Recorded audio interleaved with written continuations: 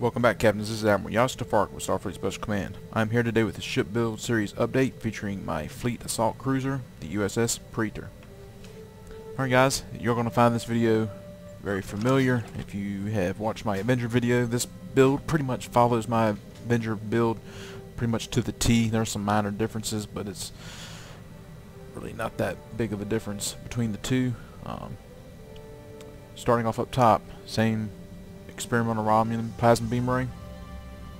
Got the Romulan plasma beam arrays, crit D times 2. All of these Romulan plasma arrays are going to be from the Romulan Reputation. Gravimetric photon torpedo launcher. It's going to be from the Dyson Reputation. Fleet Axion deflector array from the Fleet Starbase. Romulan Advanced Prototype Impulse Engines. This is going to be from Romulan Reputation.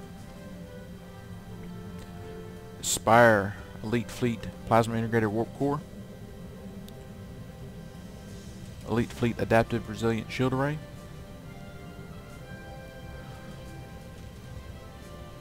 Tachyokinetic Converter. Using it to add that critical chance and crit severity. It's from the Lobby store. Universal Console, the Proton Particle Stabilizer. That's also from the Dyson Reputation. This carries a 2-piece set bonus with the Gravimetric Photon Torpedo, plus 22.9 photon projectile weapon damage, and the crit chance, plus 3%. 0-point energy conduit from Romulan Reputation, plus 1.8% critical chance. And the Universal Simulated Module. It's going to give you the extra crit chance, 0.92% and 9.2% crit severity. It's from the Omega Reputation. Got the Flow Capacitor Science Console from the Fleet Embassy. The Flow Capacitor is going to help boost your drain from the Plasmonic Leech. This comes from, I got this one off the exchange. They've been pretty expensive lately. They're about 25 to 30 million energy credits. This comes from the Tal Shiar lockbox. And from the Fleet Spire, got the vulnerability locators, plus 1.6% critical chance, and plus 31.9% plasma damage. Got 4 of those. Alright, go hit stations real quick. Like I said, it looks exactly like the Avenger. Science Team and Hazard Emitters. Tactical Team 1, Attack Pattern Beta 1, Beam Fire at Will 3, Torpedo Spread. Alright, for the engineering, you've got the 2 auxiliary to batteries. Bring another auxiliary to battery build here. Engineering Team 1, emergency power to shields, and emergency power to weapons. You'll be rotating these with the keybind. And then you'll be using the engineering team and your science team for your maintaining. Now you can rotate these however you see fit. I believe my other guy's name is Kevin. Yes. You can either, like I said, if you need more shield heals or you need more hull heals, you can just swap those back and forth between those. You know, I've got 2 people set up for that, so. Same thing goes for your emergency power to weapons and your emergency power to shields. If you want to be a little bit more tanky, add the the shields here, and then add the weapons down here. Then at the very end, we've got reverse shield polarity. That's going to be your get out of jail free card. Gets taking a lot of damage, shields start to go down, hit that, and that'll bring your shields back up. And usually when I do that, I'll hit at one of the hull heals to bring the hull back up also.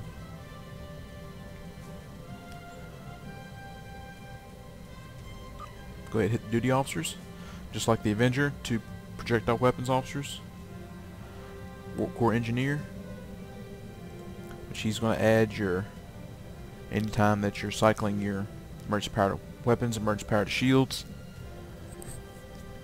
You get the 20% chance to plus 25 to your power levels.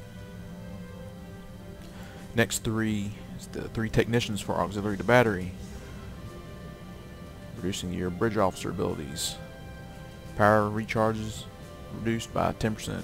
1, 2, 3 of them makes 30% reduction. Pretty much brings everything down to global.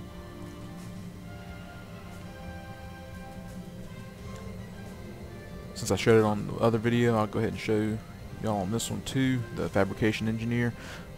You can swap him out with one of these projectile weapons officers. He's going to increase the duration of reverse shield polarity.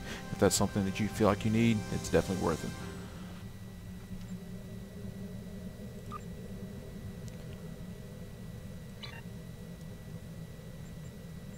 And just like on the Avenger video, you can see how everything's kind of working together. You've got your deflector that's going to be using the flow capacitors to help boost your plasmonic leech. Got the engines boosting your attack patterns. Got your warp core that's going to be with auxiliary battery boosting all your power levels up. That's going to get your first three power levels over 75. It's going to give you the extra plus 3.6% damage for each subsystem with 75 or more power. And you've got the resilient shield array.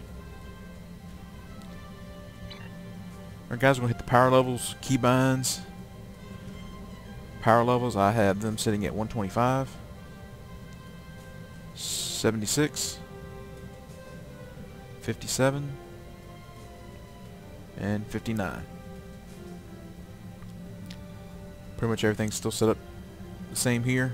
You got your emergency power to cycles first, your buffs, your attack, your torpedo, and then what's important right here is that your auxiliary to battery comes after all of these. Subspace field modulator and fleet support. Tray 7's the keybind from the Hilbert guide. You can check hilbertguide.com for that keybind. Gives step-by-step instructions on how to get that in there, get it set up. Trays 1 and 2 is just all my abilities that I use all the time. This is the setup that I've always used since I started playing, so that's how everything's set up. I know where everything's at. I can go right to it. Alright guys, that's it.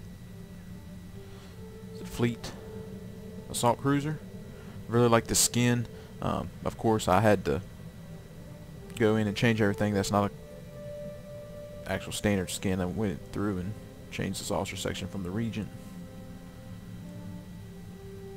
But anyway, as always, if y'all have any questions, concerns, comments, you can shoot me an email in game. Yada Stafark.